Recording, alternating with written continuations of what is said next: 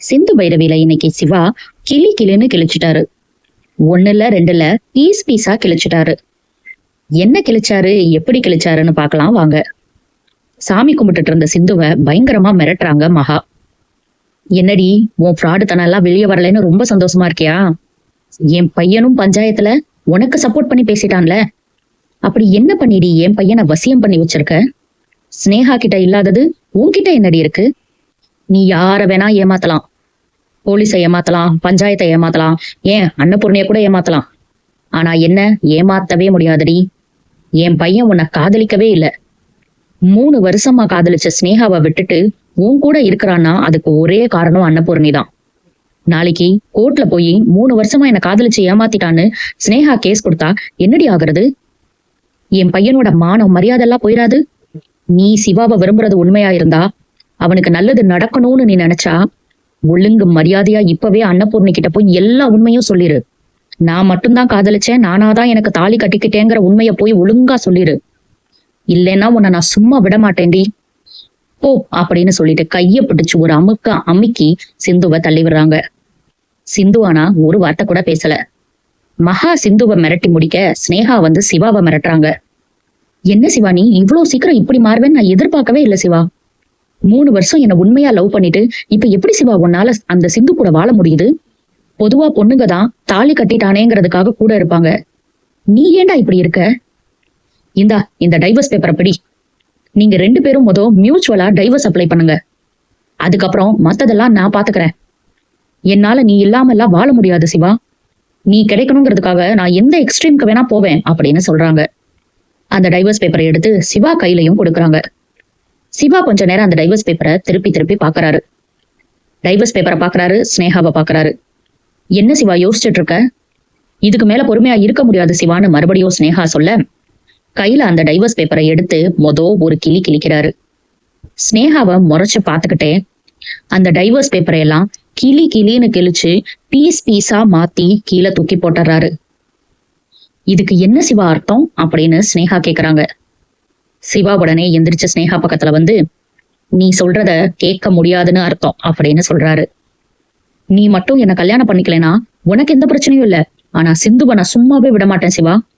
உன்னோட ஃப்ரெண்டு சிந்து நல்லா இருக்கணும்னு நீ நினைச்சேன்னா ஒழுங்கா என்ன நீ கல்யாணம் பண்ணிக்கோ, இல்லைன்னா அவளை நான் நிம்மதியா இருக்கவே விட மாட்டேன் அப்படின்னு ஸ்னேகா மிரட்டுறாங்க. இங்க பாரு, சிந்துவை பத்தி பேசுற வேலையெல்லாம் வச்சுக்காத. சிந்துவை இந்த பிரச்சனைக்கு நடுவுலையும் இழுக்காத. ஒழுங்கா போயிரு அப்படின்னு சிவா சொல்றாரு.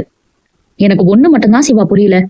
நான் தெரியாம செஞ்ச தப்ப நீ மன்னிக்கவே மாட்டேங்கிற, ஆனா உன்னை அவமானப்படுத்தின சிந்துவை இவ்வளோ ஈஸியா மன்னிச்சுட்ட அப்படின்னு கொஸ்டின் கேக்குறாங்க.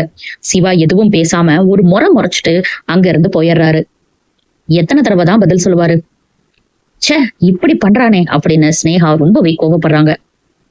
கட் பண்ணா வீட்டுல சிவாவோட அப்பா ரொம்ப சந்தோஷமா அன்னபூர்ணி கிட்ட வந்து, காயத்ரிக்கு பார்த்த மாப்பிள்ளை வீட்டுக்காரங்க வீட்டுக்கு வந்திருக்காங்கன்னு கூப்பிடுறாரு. எசக்கி உடனே என்னக்கா அவங்க வந்திருக்காங்க அப்படின்னு மகாட்ட கேக்குறாரு. ஒருவேளை நாங்க வேற பொண்ணை பார்த்துட்டோம்னு சொல்றதுக்காக வந்திருக்காங்களோ, வா வா போய் பார்க்கலாம் அப்படின்னு ரொம்ப சந்தோஷமா ஓடுறாங்க. மாப்பிள்ளை வீட்டுக்காரங்க வந்ததை பார்த்து சிந்துக்கும் பைரவிக்கும் ரொம்பவே சந்தோஷம். என் பையன் கல்யாணம் பண்ணிக்கிட்டா உங்க பொண்ணதான் கல்யாணம் பண்ணிப்பேன்னு என்கிட்ட சொல்லிட்டான். அதனாலதான் உங்ககிட்ட பேசிட்டு போலான்னு வந்தோம். எங்களுக்கு அந்த மாறன் சம்பத்னால மட்டும் எந்த பிரச்சனையும் வராதுன்னு வாக்குறுதி கொடுங்க அப்படின்னு கேக்குறாங்க. ஆறுமுகமும், அதெல்லாம் நீங்க ஒண்ணும் கவலைப்படாதீங்க, அவங்க 2 பேர்னால எந்த பிரச்சனையும் வராது, மாப்பிள்ளைக்கு நாங்க பாதுகாப்பா இருப்போம் அப்படின்னு சொல்றாரு. பைரவியும் உடனே, இந்த ஏரியா டிஎஸ்பி என்னோட ஃப்ரெண்டு தான், ஆல்ரெடி அவர்கிட்ட நான் கம்ப்ளைண்ட் பண்ணிட்டேன், இனிமேல் அவங்க 2 பேர்னால காயத்ரிக்கோ மாப்பிள்ளைக்கோ எந்த பிரச்சனையும் வராதுன்னு சொல்றாங்க. அப்புறம் என்ன, பூ வச்சுட்டு போயிடுறோம் அப்படின்னு சொல்லிட்டு காயத்ரிக்கு பூ வைக்கிறாங்க. அன்னபூர்ணியும், நான் இன்னைக்கே குருக்கள் கிட்ட சொல்லி நிச்சயதார்த்தத்துக்கு ஒரு நல்ல நாளா பார்க்க சொல்றேன் அப்படின்னு சொல்றாங்க. காயத்ரியோட கல்யாணம் நடக்க போகுது அப்படின்னு ஆறுமுகம், பைரவி, சிந்து, மாப்பிள்ளைன்னு எல்லாருக்குமே ரொம்ப சந்தோஷம். ஆறுமுகம் பைரவிய பார்த்து ரொம்ப சந்தோஷமா சிரிக்கிறாரு. ஆனா பைரவி ஆறுமுகத்தை பார்த்து முறைக்கிறாங்க.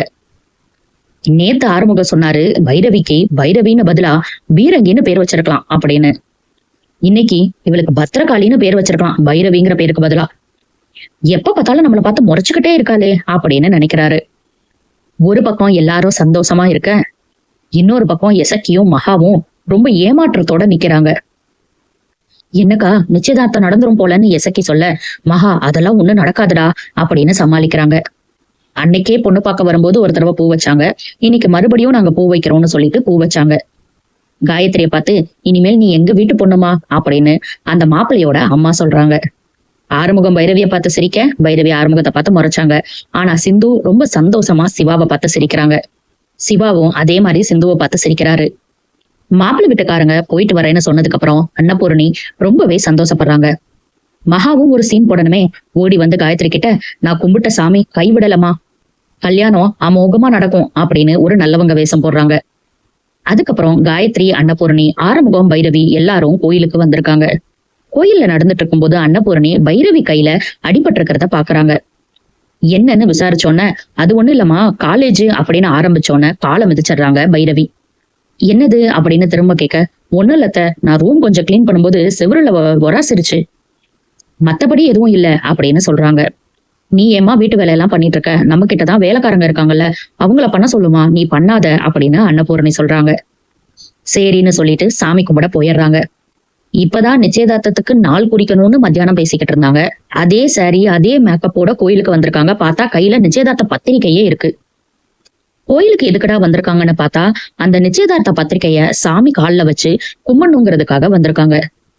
என்னடா இது, ஒரு சிங்கே இல்லாம காலையில மாப்பிள்ளை வீட்டுக்காரங்க வந்தாங்க, சாயங்காலமே பத்திரிக்கை அடிச்சு சாமி கும்பிட வந்துட்டாங்க, இது எப்படி அப்படின்னு தான் தோணுச்சு. சாமி கும்பிட்டு இருக்கும்போது பைரவிய மாறனோட ஃப்ரெண்டு அன்னைக்கு கலாட்டா பண்ணவரு பாத்துறாரு. அத போய் அப்படியே மாறன் கிட்ட சொல்றாரு.